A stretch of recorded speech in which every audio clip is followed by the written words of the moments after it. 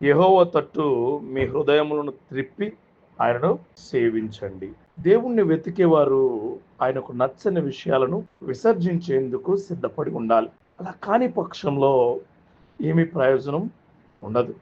ఇశ్రాయేలు వారు యెహోవాను వెతుకుతూ ఉన్నప్పటికీ ఇతర దేవుళ్ళ విగ్రహాలను అలానే ఉంచుకున్న విషయాలు మనం గమనించాలి. అప్పుడు అంటున్నాడు ఆయన, ఇతర దేవతలు దేవుళ్ళ యొక్క విగ్రహాలు కాదయా, నువ్వు నా వైపు తిరుగు, నా తట్టు చూడు, నేను నిన్ను గొప్ప చేయనుద్దేశించాను.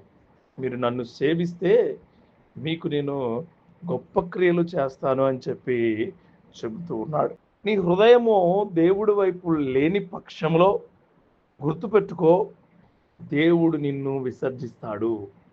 నువ్వు ఎంత ప్రార్థన చేసినా, ఎంత ప్రయత్నాలుగా నువ్వు ఉన్నా, ఎన్ని ఆలోచనలో నువ్వు వెళ్తూ ఉన్నా, నిన్ను దేవుడు అంతగా గుర్తించడు. ఎప్పుడైతే ఎప్పుడైతే దేవుడి యొక్క అద్భుతమైన నామాల్లో నువ్వు, దేవుడి యొక్క అద్భుతమైన క్రియల్లో నువ్వు ఉంటావో, ఆయనకి నీ నీ హృదయాన్ని దాసోహం చేస్తావో, నీ హృదయ క్రియలను ఆయనకు చెబుతావో, అప్పుడు నిన్ను ఆయన చాలా శక్తి కలిగిన వ్యక్తిగా చూస్తాడు.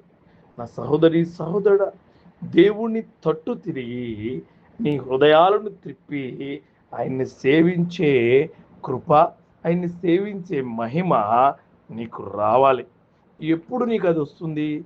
ఎప్పుడు నీకు అలాంటివి జరుగుతాయని నువ్వు ఆలోచిస్తే, నీవు హృదయానుసారంగా ఆయన్ని కోరుకున్నప్పుడు, నీవు హృదయానుసారంగా ఆయన క్రియల్లో నువ్వు నీ జీవితంలో ముందుకు వెళ్ళినప్పుడు మాత్రమే అది జరుగుతుంది.